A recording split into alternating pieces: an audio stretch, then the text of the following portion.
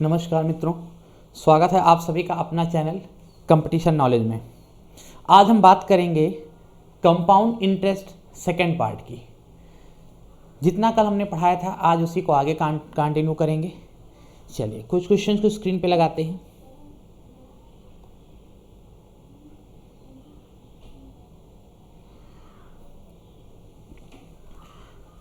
एक question screen पे लगा हुआ है, हम पढ़ भी देते हैं आपके लिए कि रुपए 12,000 की धनराशि चक्रवृद्धि ब्याज पर जमा करने पर 5 वर्ष में दुगनी हो जाती है। 12,000 रुपए की राशि है, अगर चक्रवृद्धि ब्याज पर जमा करते हैं तो 5 वर्ष में दुगनी हो जाती है।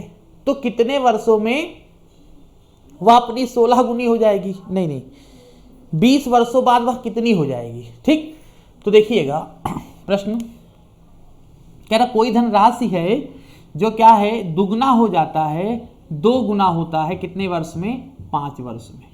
धनराशि कितने गुना? 2 गुना होता है 5 वर्ष में। ठीक, हमसे पूछा गया है 20 वर्ष में कितना हो जाएगा, तो 20 वर्ष में पूछा गया है, यानी 20 वर्ष का हमको निकालना है। तो कल हमने आपसे डिस्कस किया था कि अगर कोई धनराशि n गुना है कितने वर्ष में? t वर्ष में। अगर कोई धनराशि n गुना है t वर्ष में तो n की पावर x गुना होगा कितने वर्ष में? तो कल हमने बताया था t को x से मल्टीप्लाई कर दो वर्ष में। ठीक, ये फार्मूला कल हमने आपको बताया था। ठीक, तो यही फार्मूला यहां पे भी अप्लाई हो रहा है। इसको थोड़ा किनारे कर दें।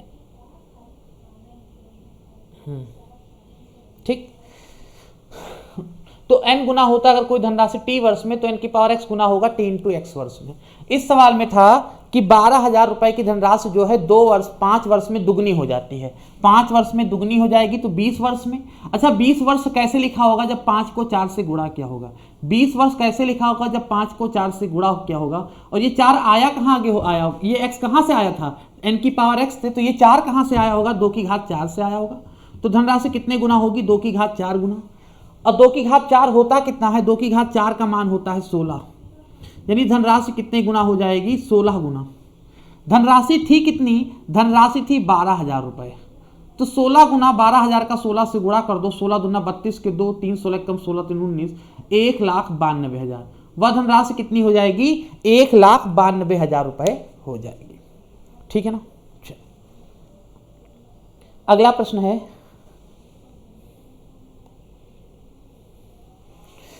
प्रश्न को हम पढ़ भी देते हैं।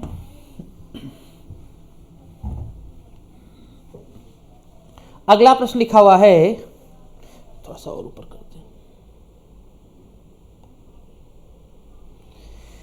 हाँ, अगला प्रश्न है किसी धनराशि के 2 वर्ष के साधारण ब्याज तथा चक्रवृद्धि ब्याज क्रमशः रुपए 500 तथा रुपए 520 है, तो ब्याज की दर कितनी है?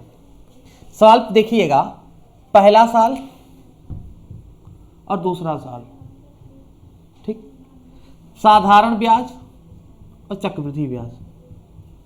2 साल का साधारण ब्याज है 500 रुपए और चक्रवृद्धि ब्याज है 520 रुपए। तो बेटा साधारण ब्याज जो होता है, हमने आपको सिखाया था, पढ़ाया था कि साधारण ब्याज प्रत्येक वर्ष बराबर बराबर होता है। अगर इस साल हमको 10 रुपया मिला है तो अगले साल 10 ही मिलेगा, फिर अगले साल 10 ही मिलेगा, यानी हर साल 10 मिलेगा साधारण ब्याज। तो अगर 2 साल में 500 मिला है, 2 साल में मिला के जोड़ के 500 मिला है, तो साल भर का कितना होगा? 250, आधा आधा कर लो। तो एक साल का 250, 250, दूसरे साल का भी 250, 250, तभी तो हुआ 500, क्योंकि साधारण ब्याज बराबर बराबर होता है। और हमने आपको पढ़ाया है कि पहले साल का साधारण ब्याज व पहले साल का चक्रवृद्धि ब्याज दोनों आपस में बराबर होता है। तो पहले साल का चक्रवृद्धि ब्याज कितना होगा? वो भी 250 होगा, क्योंकि पहले साल का साधारण और पहले साल का चक्रवृद्धि दोनों आपस में बराबर होता है। अगले साल का क्या होगा? अगले साल का हो जाएगा 270। क्यों? 520 रुपया था। क्यों 520 रुपया था? तो पहले साल का 250, तो अगले साल का कितना होगा? 270। ये 270 क्यों हो गया? क्योंकि क्या होता है, चक्रवृद्धि ब्याज में ब्याज पर ब्याज लगने लगता है। 250 पर ब्याज लगा होगा तभी तो 270 मिला होगा। अच्छा, ब्याज एक्स्ट्रा मिला कितना? 20 रुपया। 250 270 मिला, कितना एक्स्ट्रा मिला? 20 रुपया एक्स्ट्रा मिला। गुणे 100। कहाँ से एक्स्ट्रा मिला? कहाँ से एक्स्ट्रा मिला? 250 से एक्स्ट्रा मिला, इस जीरो से इस जीरो को कैंसिल, 25 चौका 100 और 4 दूनी 8, यानी ब्याज की वार्षिक दर कितनी होगी 8%। उम्मीद करते समझ में आ गया होगा। ब्याज की वार्षिक दर कितनी होगी 8%, ठीक है ना, यानी इसका बी विकल्प सही है। अगला प्रश्न बेटा लिखा है, स्क्रीन पे देखिएगा। अगला प्रश्न लिखा हुआ है, किस वार्षिक चक्रवृद्धि ब्याज की दर से कोई धन स्वयं का 2 वर्ष में 25/16 गुना हो जाए। कोई धन 2 साल में किस वार्षिक चक्रवृद्धि ब्याज की दर से स्वयं का 25/16 गुना हो जाएगी, यानी अमाउंट कितना हो जाए 25/16 गुना। यानी कहने का मतलब है, अगर आप किसी को P रुपया उधार दो, अगर आप किसी को P रुपया उधार देते हो तो वापस अमाउंट कितना होता है, जितना दिए थे P, जितना दिए थे, P मान लो P ही दिए थे तो उसका 25/16 गुना वापस होता है। सवाल के हिसाब से ब्याज की दर हमको निकालनी है, कितने समय में 2 साल में होता है ऐसा, ठीक। तो ये तो फार्मूला लगा दो। फार्मूला क्या होता है, amount equal to principal bracket 1 + r/100 power t। आप भी फार्मूले का प्रयोग कर लो। अमाउंट यानी 25/16, ठीक, P equal to principal bracket 1 + r/100 power t, 2 साल का, ठीक है ना। ये P से ये P क्या हो जाएगा, कैंसिल हो जाएगा। यहाँ स्क्वायर था, इधर आएगा स्क्वायर रूट हो जाएगा। 25/16 का स्क्वायर रूट कितना होगा 5/4 इक्वल टू 1 + r/100, ठीक। ये +1 इधर आएगा तो -1 हो जाएगा। तो क्या लिखोगे 5/4 -1 बराबर r/100, सही है ना। 4 एकम 4, 4 एकम 4, 5 में 4 गया, 5 में 4 गया 1, 1/4 बराबर r/100। तिरछा गुणा करोगे 100/4 बराबर क्या दिखाएगा r को, r कितना होगा 4 25 100, r इक्वल टू 25%। यानी ब्याज की वार्षिक दर कितनी होगी 25%। ब्याज की वार्षिक दर कितनी होगी 25% होगी, यानी यही आपका आंसर आएगा। समझ में आ गया होगा। कोई धन यानी प्रिंसिपल, अमाउंट कितना हो जाए स्वयं का, प्रिंसिपल का 25/16 गुना, रेट हमको फाइंड करना था, टाइम दिया था 2 साल। इस तरह आप हल कर दोगे, ठीक है ना। चलिए अगला देखते हैं। अगला किस्त वाला है, अभी बाद में डिस्कस करें, पहले इस तरह के, हाँ किस्त वाले प्रश्नों को भी डिस्कस करेंगे। पहले कुछ नॉर्मल प्रश्नों को हल करवा दें, फिर किस्त पे ही चलते हैं। अगला प्रश्न है, 3 प्रश्न लाइन से लिखे हैं कि किसी राशि का 2 वर्ष का चक्रवृद्धि ब्याज 328 और साधारण ब्याज 320 है, तो वार्षिक ब्याज की दर ज्ञात करो। सेम बिल्कुल इससे पहले अभी जो सवाल करवाया था कि साधारण दिया है और चक्रवृद्धि दिया है, कितने साल का, 2 साल का, पहले साल का, दूसरे साल का। 2 साल का साधारण कितना दिया है पढ़ते हैं, तो साधारण ब्याज 320 रुपये है। अगर 2 साल में 320 रुपये, क्योंकि साधारण ब्याज प्रत्येक वर्ष बराबर होता है, तो 2 साल में 320 रुपये, तो 1 साल में 320 का आधा कर दो 160। पहले साल में भी 160 रुपये, दूसरे साल में भी 160, तभी तो 320 होगा। और पहले साल का साधारण और पहले साल का चक्रवृद्धि क्या होता है, बराबर होता है। दूसरे साल का चक्रवृद्धि है कितना, एक 328, बचा कितना 168, वो दूसरे साल का होगा। एक्स्ट्रा कितना मिला, अभी इससे पहले बताया था 8 रुपया। परसेंटेज निकालो गुणे 100, कहाँ से 160 से मिला होगा ब्याज। 0 0 कटा, 8 दूनी 16, 2 आया और 2 पंचे 10, यानी ब्याज की वार्षिक दर कितनी होगी 5%। ब्याज की वार्षिक दर कितनी होगी 5%। ये आपके पहले प्रश्न का आंसर होगा। दूसरा वाला भी सेम ऐसे ही है, दूसरा वाला भी सेम ऐसे ही है। इसी तरह वो भी करना है कि दूसरे वाले में साधारण कितना दिया है 400 रुपये, दूसरे वाले में साधारण दिया है 400, यानी पहले साल भी 200 और दूसरे साल भी 200, तभी तो 400। और चक्रवृद्धि कितना दिया है 410 रुपये, चक्रवृद्धि कितना लिखा है 410 रुपये, यानी पहले साल में 200 और दूसरे साल में कितना 210, 105 ये सॉरी ऐसा नहीं कि 5 5 दे देते 10 कर देते, ठीक है ना। 205 205 नहीं लिखेंगे, गलत हो जाएगा। क्यों, क्योंकि पहले साल का साधारण और पहले साल का चक्रवृद्धि बराबर होता है। अब एक्स्ट्रा कितना मिल रहा है यहाँ पे 10 रुपये, रेट ऑफ परसेंटेज निकालने इसलिए गुणे 100। कहाँ से एक्स्ट्रा मिल रहा है 200 से, ये 2 0 कैंसिल, 2 पंचे 10, यानी ब्याज की वार्षिक दर यहाँ भी इसकी भी कितना आएगा 5%। इसके भी ब्याज की वार्षिक दर कितनी आएगी 5%। तो 3 सवाल थे, 2 हमने हल कर दिए, एक आप स्वयं कर लीजिएगा। कितना है 100, तो 50 50 हो जाएगा, 55 तो 50 और 55 हो जाएगा, ठीक है ना, कर लीजिएगा। अगला प्रश्न देखते हैं। अगले सवाल में है इसी तरह, बस कहने का तरीका थोड़ा सा बदल गया है, इसी तरह कहने का तरीका थोड़ा सा बदला है कि एक धनराशि का एक समान वार्षिक दरों पर, एक धनराशि का एक समान वार्षिक दरों पर 3 वर्षों का साधारण ब्याज और 2 वर्षों का चक्रवृद्धि ब्याज क्रमशः 1200 तथा रुपये 832 है। 3 साल का साधारण दिया है, तो देखिएगा साधारण और चक्रवृद्धि, पहला साल, दूसरा साल और तीसरा साल। 3 साल का साधारण ब्याज दिया है 1200 रुपये, 3 साल का साधारण ब्याज दिया है हमको कितने रुपए, 1200 रुपये। अगर 3 साल का 1200 तो 1 साल का कितना होगा, 1200 बटे 3 यानी 400। पहले साल भी 400 मिलेगा, दूसरे साल भी 400 मिलेगा, तीसरे साल भी 400 मिलेगा। चक्रवृद्धि कितना मिलेगा, पहले साल तो मिलेगा 400 और दूसरे साल, क्योंकि पहला साल का चक्रवृद्धि और साधारण बराबर होता है तो 400 रखेंगे, और 2 साल का दिया है 832, तो पहले साल में 400 तो बचा कितना 432, वो मिलेगा दूसरे साल। पूछा ब्याज की वार्षिक दर कितनी होगी, तो कितना एक्स्ट्रा मिल रहा है, 32 रुपये एक्स्ट्रा मिल रहा है। दर निकालना है इसलिए गुणे 100, ब्याज कहाँ से मिलेगा, 400 से मिलेगा, 2 0 2 0 कैंसिल, 4 8 32, यानी ब्याज की वार्षिक दर कितनी होगी 8%, यानी ब्याज की वार्षिक दर कितनी होगी 8%। उम्मीद करते समझ में आ गया होगा। तो ब्याज की वार्षिक दर कितनी होगी 8%, ठीक। अब इस सवाल में हमसे पूछा गया है तो वह मूल धनराशि कितनी है, अच्छा धनराशि पूछा गया है तो वह मूल धनराशि कितनी है। अगर ब्याज की दर पूछे तब तो हो गया आंसर 8% आ गया। अब धनराशि पूछा है, देखो जो भी पैसा हम उधार लेते हैं और या जो भी पैसा किसी को उधार देते हैं वो कितना परसेंट होता है, 100% होता है। जो भी पैसा किसी को उधार देते हैं या किसी से लेते हैं तो कितना होता है, 100% होता है। तो हमको ब्याज के रूप में कितना परसेंट रिटर्न हो रहा है, हमको ब्याज के रूप में कितना परसेंट रिटर्न हो रहा है, 8%, 8% रिटर्न हो रहा है।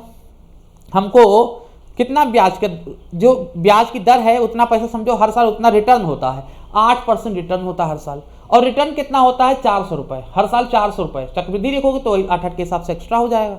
तो हर साल पहले साल कितना रिटर्न हुआ 400, तो 8% यानी किसको बता रहा है 400 को, 8% किसको बता रहा है 400 को, कि हर साल 400 रुपये रिटर्न होते हैं। कितना धन उधार दिए थे, जो भी पैसा उधार दिए थे वो हमेशा कितना परसेंट होता है 100%। कैसे निकालोगे, 400 बटे 8 और गुणे 100, 8 पंचे 40, 50 और 100 से गुणा हो जाएगा यानी 5000 रुपये। तो कितना पैसा उधार दिए थे 5000 रुपये।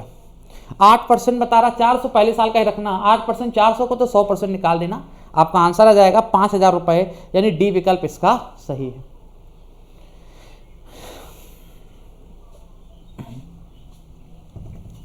अगर कोई कंफ्यूजन होगी तो फिर से वीडियो रिवर्स करके देख लेना।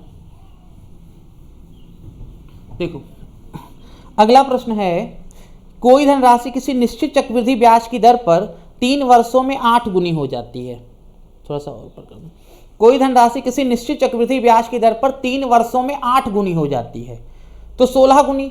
अब ये उस वाले नियम से नहीं लगेगा कि n गुना होता है t वर्ष में तो n की पावर x होगा t की पावर x में, क्योंकि 8 लिखा और 16, 8 की घात कितना 16, 8 की कितनी घात 16 होता है ये नहीं पता। तो कैसे करते हैं देखिएगा, 8 गुनी धनराशि हो जाती है, यानी आप किसी को p रुपया उधार दो तो बदले में रिटर्न कितना हो 8 गुना 8p, यानी अमाउंट इक्वल टू अमाउंट कितना दिखा रहा 8 गुना धन रिटर्न हो तो 8p, ठीक।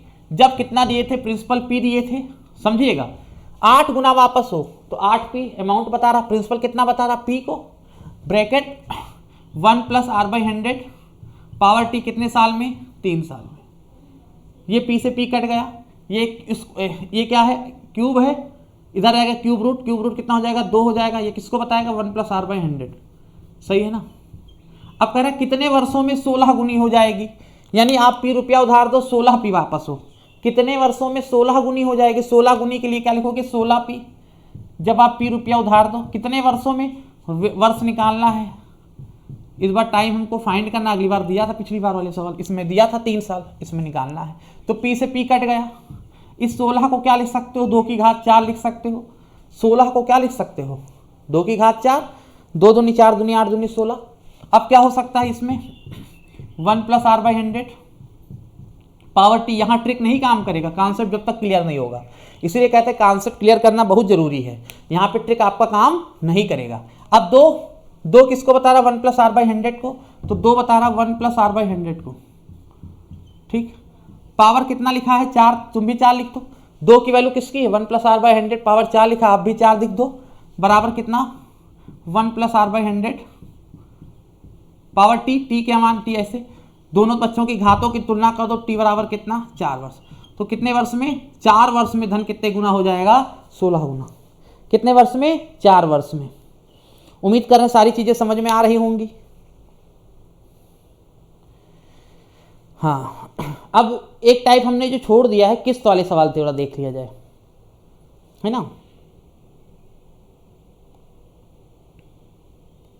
किस्त वाले में दूसरा सवाल हम पहले आपको बताएं छोटा सा, फिर बाद में बड़ा करते हैं। चलो किस्त वाले सवाल देख लो। देखो किस्त वाले सवाल का ये क्या होता है, जैसे जब आप क्या होते हो कि कोई बड़ी चीज़ अपने घर पे लाते हो, एसी हुआ या कार हुआ या फ्रिज हुआ या टीवी, अब तो इन सब चीज़ों पे भी मिलने लगा है, तो लोग क्या करते हैं किस्त में निकालवा लेते हैं कि जब पैसा मंथली आया करता है, इनकम हुआ कर तो मंथली के हिसाब से दिया करते हैं, मध्यम वर्ग ज़्यादा ऐसा करते हैं। तो होता क्या है, जैसे मान लो कोई चीज़, कोई कार निकलवाई ₹P की, कोई कार किसी ने निकलवाई ₹P की, ठीक, और उसने कहा 2 किस्त में भैया हम आपको वापस कर देंगे, P1 और P2 देकर वापस कर देंगे। तो बैंक कहता भैया हमें P1 और P2 नहीं चाहिए, हम किस्त बना देते हैं आपका, उसके हिसाब से दीजिए। कहीं ठीक है, किस्त यानी बराबर बराबर किस्त है उतना आपको देना पड़ेगा। तो उसने कहा ठीक है, तो उसने कहा जब P1 आप देने आओगे हमको, P1 कितना होगा, कुछ पैसा आप हमको दोगे, मान लो X किस्त हमको दोगे, उसके साथ 1 साल का ब्याज दोगे, किस्त के साथ 1 साल का ब्याज दोगे।